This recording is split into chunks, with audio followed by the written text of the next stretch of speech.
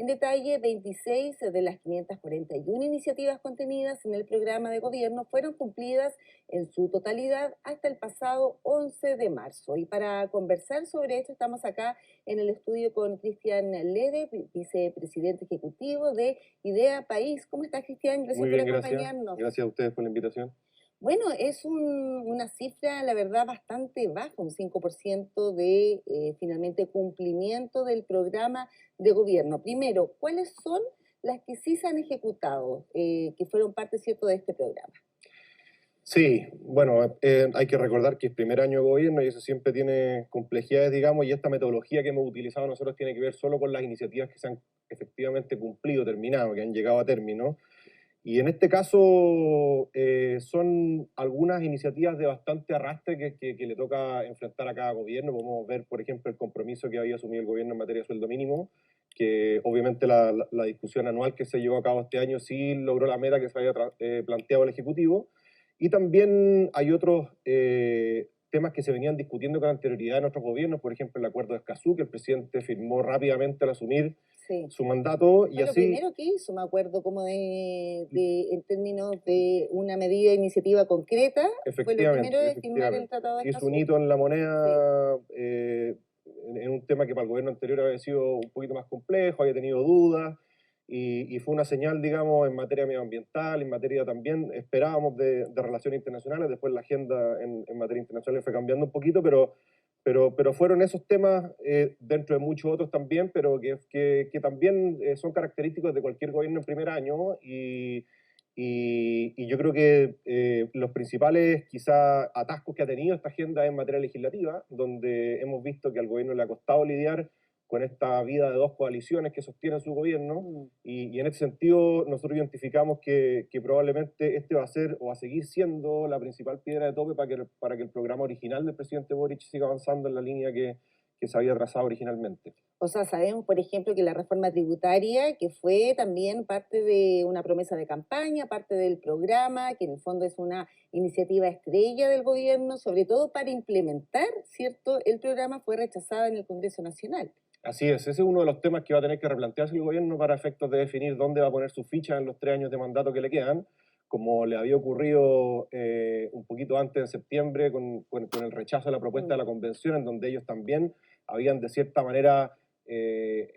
ligado la posibilidad de llevar adelante su programa con las transformaciones que se iba a permitir con este cambio constitucional, y ahora le ocurre algo parecido con la reforma tributaria. Ahora, en el tema de la reforma tributaria es un poquito más delicado porque habían ciertas medidas de la propia reforma que no generaban consenso transversal en el mundo político. Yo creo que ahí también el gobierno tuvo algunas falencias de la negociación, en la capacidad de poner de acuerdo a la oposición o de ceder en los puntos originales de su reforma, pero hemos visto que ellos mismos han puesto en duda, digamos, la materialización de ciertas iniciativas, sobre todo de gasto social, que ellos tenían presupuestado financiar con la recaudación de esta reforma tributaria, y vamos a tener que ver, digamos, el talento político del presidente y su gente para efectos de poder sacar adelante las medidas independientes de que su plan original esté cambiando. Sí, vamos a ir a lo que sucedió, ¿cierto?, con el plebiscito y cómo eso afectó también las intenciones que tenía el gobierno, pero antes te quería preguntar cuán complejo es el panorama que enfrenta el presidente Gabriel Boric en el Congreso Nacional, donde no tiene mayoría y se puede repetir lo que vimos con la reforma tributaria de otros proyectos que son parte del programa de gobierno, como la reforma previsional, reforma al sistema de salud. Es complejo, ¿no? Así es. Yo creo que una principal o la principal prueba que le va a tocar en el corto plazo al presidente va a ser poner en discusión la reforma previsional, que Mm. también lleva hartos gobiernos en discusión, o sea, va a ser un hito bastante emblemático en la discusión legislativa, y en nuestro informe, de hecho, aflora que, como mencionábamos anteriormente, que las principales falencias han sido en materia legislativa, donde ha sido difícil construir acuerdos. Por un lado, venimos heredando un Congreso que ya hace varios gobiernos, hace más de un gobierno, que la fragmentación viene Está muy jugando un poco en fragmentado, muchos contra. partidos políticos. Efectivamente, viene jugando en contra un poco con la posibilidad de lograr grandes acuerdos transversales. Y yo creo que este gobierno, al articular un gobierno en base a dos coaliciones de gobierno, vimos también en momentos que el presidente gana la primera vuelta y pasa a segunda vuelta, ya la articulación de su programa de gobierno en sentido original, Se digamos, modificó. se modificó y la ciudadanía, una vez que pasa segunda vuelta, le exige al presidente definiciones respecto a qué cosas iban a cambiar y qué cosas se iban a mantener, y nosotros vimos, la ciudadanía vio que le fue complejo llegar a acuerdos rápido, y de hecho se demoró bastante más de lo previsto el lanzamiento del programa final del candidato Boric de segunda vuelta, y yo creo que eso también tiene ciertas consecuencias en lo que vemos hoy, en donde, dado que fue difícil originalmente plantear los compromisos de gobierno, hoy día también vemos que algunos de ellos fueron cerrados de manera un poco general o un poco vaga, de cierta manera, y hoy día también cuesta buscarle concreción a cuáles son las metas que se propuso el gobierno. Y por eso también hemos visto que en el camino ha tenido que lanzar ciertas agendas. Nosotros aquí en nuestro informe le hacemos seguimiento a 8 agendas concretas, que son también iniciativas del gobierno durante la marcha, como el Plan Chile Apoya, el ministro Marcel, para efectos de contener la inflación y el aumento del coste de la vida. Tenemos lo que hizo en el Plan Chile para Todas, en la agenda feminista. Tenemos, bueno, todo lo que tiene que ver con seguridad pública también. La ministra Siche, en junio de este año, del año pasado, perdón, lanzó su Plan Nacional de Seguridad. Luego la ministra Toá, al asumir, lanzó un nuevo Plan Nacional contra el Crimen Organizado. Está el Y plan así, también Buen Vivir, también el Plan Buen fue Vivir de la lanzado, de la Araucanía. Araucanía, sí. Efectivamente, la ministra Siche, para hacerse cargo un poco de la problemática que se vive en esa zona y de la manera que tiene el gobierno de poder afrontar ese conflicto. Ahora, con respecto a cuánto puede incidir la contingencia en modificar el programa de gobierno o quizás buscar prioridades, ¿cierto? Ujú. A lo mejor en medidas que se habían anunciado que estaban ahí, ahora ya no son prioridad, lo vemos, ¿cierto?, en lo que ha sucedido en relación a la agenda de seguridad pública, que finalmente ahí se ha tenido que enfocar el gobierno del presidente Gabriel Boric, es una de las prioridades, ¿cierto?, de la gente, de la ciudadanía. Y lo vemos también con lo que está sucediendo con la muerte de la sargento Olivares. ¿Cuánto esto puede finalmente hacer de que el gobierno se enfoque en esto y finalmente no ejecutar Ujú. quizás iniciativas que estaban en el programa original de gobierno? Sí, originalmente durante el año 2022 vimos al presidente y a sus ministros principalmente poner los énfasis o las prioridades en 3 asuntos fundamentales, que fue un poco el espíritu original de este programa, que era pensiones, donde había una deuda histórica, reforma al sistema de salud, en donde también había un cambio bastante revolucionario en lo que se contemplaba en el programa de gobierno, y crear un nuevo sistema de cuidados. En esos tres ejes Ejes. está un poco articulada la prioridad original del gobierno. Y hemos visto también que las circunstancias muchas veces se han impuesto, y en este caso la agenda de seguridad, por razones que todos conocemos, es un asunto que se ha vuelto absolutamente prioritario. Y yo creo que de las conclusiones que se obtienen de este estudio, y yo creo que también son consecuencias que están a la vista de cualquier ciudadano, digamos, que ha costado mucho sacar adelante las medidas de una posible agenda de seguridad, porque hay ciertos conflictos ideológicos que trascienden a toda la coalición de gobierno, y en ese sentido yo creo que ha sido un paulatino darse cuenta de que hay ciertas medidas que son urgentes, que no se pueden seguir postergando por motivos ideológicos, y yo creo que hemos visto quizá que discursivamente el primer cambio lo ha dado el presidente, pero en ese sentido los parlamentarios que se suban a este carro de querer tomar la ofensiva con una agenda de seguridad, yo diría que ha costado más, pero como tú dices, el lamentable hecho que vimos ayer de la sargento Rita Olivares y así, que no es el primero lamentablemente, pero también ha hecho que las circunstancias de cierta manera se impongan a esto, y yo creo que también tiene que ver un poco con que el presidente comparta con la ciudadanía cuál ha sido este tránsito dentro del cambio de convicciones que ha vivido él y su coalición en materia de seguridad, porque uno ve que al parecer son las circunstancias las que han ido forzando un poco este cambio de opinión, pero yo creo que también tiene que haber una conciencia ideológica y del proyecto país que tiene el presidente y su coalición y sus partidos para efectos de darle verdadera prioridad. Se han fijado ahora prioridades urgentes como medida en el Fast Congreso para track, estos días. ¿cierto? Sí. Vamos a ver ahí la prueba de fuego, digamos, de si efectivamente van a estar los votos y la convicción que se requiere para que una agenda como esta pueda tener impacto en el corto plazo, que es lo que hoy día se necesita. Ahora, claro, tras la muerte de la sargento Rita Olivares, se gatilló también una alerta en el Congreso Nacional. Hay consenso, ¿cierto?, en que es necesario legislar ya todas estas iniciativas en la agenda de seguridad pública, ¿cierto? Y también para proteger a carabineros. ¿Cuánto crees tú que la gente, la ciudadanía, en términos ya, algo que uno puede ver posteriormente en la encuesta, puede castigar al gobierno o al presidente Gabriel Boric, a sus ministros, por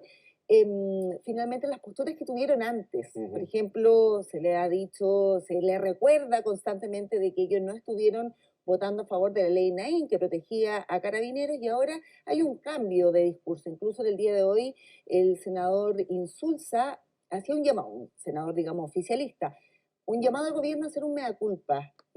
con respecto a la postura que se tenía antes. ¿Cuánto puede ser castigado el gobierno en términos de aprobación por estos hechos? Mire, yo creo que para cualquier tema, siempre el cambio cuando se ve forzado por las circunstancias y un poco saliendo al paso del aprovechamiento político que se puede dar por alguna urgencia social, yo creo que la ciudadanía siempre lo castiga de mala manera. Y por eso que a mí me parece que el presidente, más allá de un cambio rápido y sin explicación de su discurso y de su coalición, y ahora esta agenda urgente que se ha habido en materia legislativa, yo creo que es necesario ver una convicción genuina del presidente y de su gente para efectos de, ahora sí, darle prioridad a asuntos que en el pasado, en su vida parlamentaria o en su vida como referente político también en el movimiento estudiantil, fueron asuntos que los trataron con una displicencia. Yo creo que hoy día se ve que de manera preocupante y son factores culturales que obviamente que marcan una tendencia y van construyendo una manera de abordar, por ejemplo, el trato con carabineros, el trato de hechos delictuales como los encapuchados, las barricadas, las bombas Molotov, en donde a mí me parece que para efectos de que sea un paso acertado del gobierno tiene que ir acompañado de un mensaje que no dé la señal a la ciudadanía de que este es solo un aprovechamiento político porque no queda nada más que hacer, porque la situación está desbordada, sino que verdaderamente este ha sido proceso, fruto de un proceso de maduración del Frente Amplio y de la coalición oficialista, y yo creo que esa va a ser la única manera de que la ciudadanía realmente valore este aporte que está haciendo el presidente. Vimos que dijo también que quería salir él en terreno, digamos, Y a estar formar en los parte, procedimientos junto a claro, carabineros. y dijo hoy día el subsecretario Monsalve que era una manera de visibilizar un poco todo lo que se está haciendo en materia de seguridad, que obviamente que es un pilar fundamental en una sociedad democrática, que la gente sepa lo que se está haciendo, y por eso también el esfuerzo que hemos hecho desde Idea País con este reporte, de poder visibilizar también qué se comprometió con la ciudadanía, qué cosas han avanzado, qué cosas no han avanzado en los tiempos que el gobierno preveía, y también como un aporte para efectos de recuperar un poco la credibilidad de la política y en las promesas políticas, que en el fondo la clase política, al momento de comprometer un compromiso futuro, esté más convencida de que efectivamente es algo alcanzable y que cuenta con los votos o con la gestión o con los recursos necesarios para poder cumplirlo. Ahora, claro, este estudio está enfocado principalmente, obviamente, en las iniciativas que estaban contenidas en el programa de gobierno, pero también el Ejecutivo ha avanzado en otras medidas que no las tenía contempladas. Por ejemplo, que se haya prolongado los estados de excepción, era algo que no estaba en la agenda del presidente Gabriel Boric, ni de campaña, ni del programa. La ley de infraestructura crítica, que permite el despliegue de los militares, ¿cierto?, en las zonas fronterizas para hacer frente a la migración irregular. ¿Eso Así es. también está contenido en este estudio? Sí, como te mencioné, nosotros tenemos el seguimiento original, que son las 541 iniciativas que contemplaba el programa de gobierno, y luego que ocurre en todo gobierno, pero especialmente en este, cuando las circunstancias van cambiando un poco la agenda, el gobierno se hace cargo de ello y va lanzando agendas o planes adecuados a ciertos problemas. Y en el caso que tú mencionas, por ejemplo, en el Plan Buen Vivir que lanzó la ministra Sichel en la Araucanía, se contemplaba con un compromiso público la extensión de los estados de excepción hasta que fuera necesario, y hemos visto recurrentemente la renovación de esos estados en materia legislativa y de hecho ese es un compromiso que nosotros contemplamos como cumplido. Y en el caso que tú mencionas de la infraestructura crítica, Claro. efectivamente en el Plan Nacional de Seguridad que lanzó la ministra Siche se contemplaba, vimos que fue una discusión un poquito más álgida en el Congreso, que se le introdujeron modificaciones, pero que finalmente hoy día contamos con un proyecto de infraestructura crítica que no me cabe ninguna duda que hacer un avance para efectos del rol que está cumpliendo las Fuerzas Armadas en la zona específicamente de la Araucanía, las provincias de Arauco y Mayeco, pero son cambios en la agenda que, al igual que el programa de gobierno original, son dignos, digamos, de hacerle seguimiento para efectos de que las autoridades también sientan que esos son compromisos que tienen que cumplir. La ejecución de iniciativas que estaban contenidas en el programa del gobierno del presidente Gabriel Boric, esperando el Ejecutivo, ¿cierto?, lo que iba a suceder en el plebiscito del 4 de septiembre, porque se había dicho, lo dijo en su momento el ministro Yotio Jackson, parte del programa, de la ejecución de este programa, tiene que ver con el resultado del plebiscito, a favor, por supuesto, del apruebo.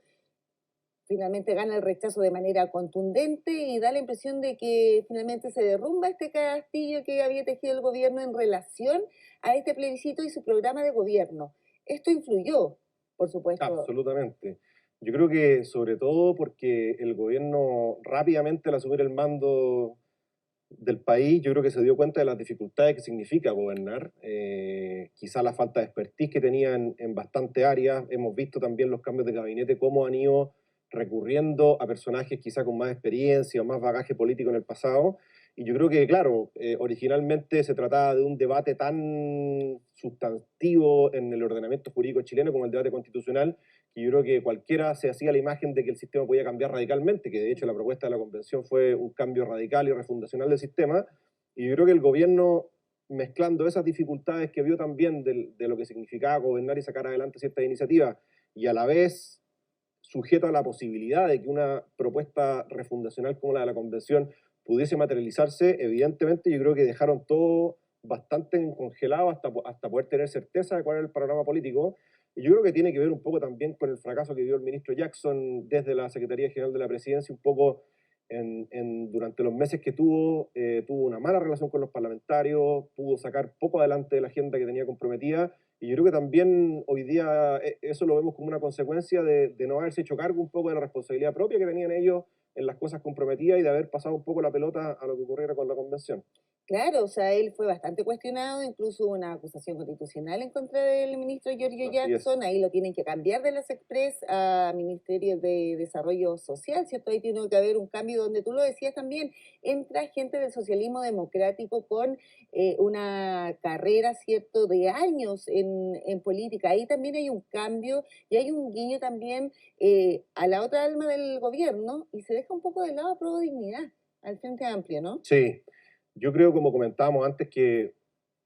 en los hechos, hoy día lo que hemos visto en el cambio discursivo del presidente ha sido precisamente en el cambio de la gente que lo rodea y en las autoridades que están haciéndose cargo de los problemas sectoriales. Hemos visto simbólicamente el cambio que ha tenido el Ministerio del Interior bajo el mando de la ministra Toá. Bueno, en Sexpress ha pasado algo parecido con la ministra Uriarte. Y yo creo que el ministro Marcel en Hacienda, digamos, si miramos los números de este informe, ha sido lejos la cartera que ha tenido mayor cumplimiento, probablemente por la expertise que ya tenía el ministro de haber participado en el Ministerio de Hacienda en diversas ocasiones, como director de presupuesto, fue presidente del Banco Central. Yo creo que ese ha sido quizá uno de los primeros hitos que vimos en este tránsito, pero como mencionamos anteriormente, yo creo que la ciudadanía, si no ve que este cambio discursivo del presidente responde a un interés genuino de cambiar el norte respecto a la manera de administrar el aparato público, yo creo que va a ser una promesa en vano y va a seguir mermando la credibilidad del presidente, que a fin de cuentas es lo que miden las encuestas cuando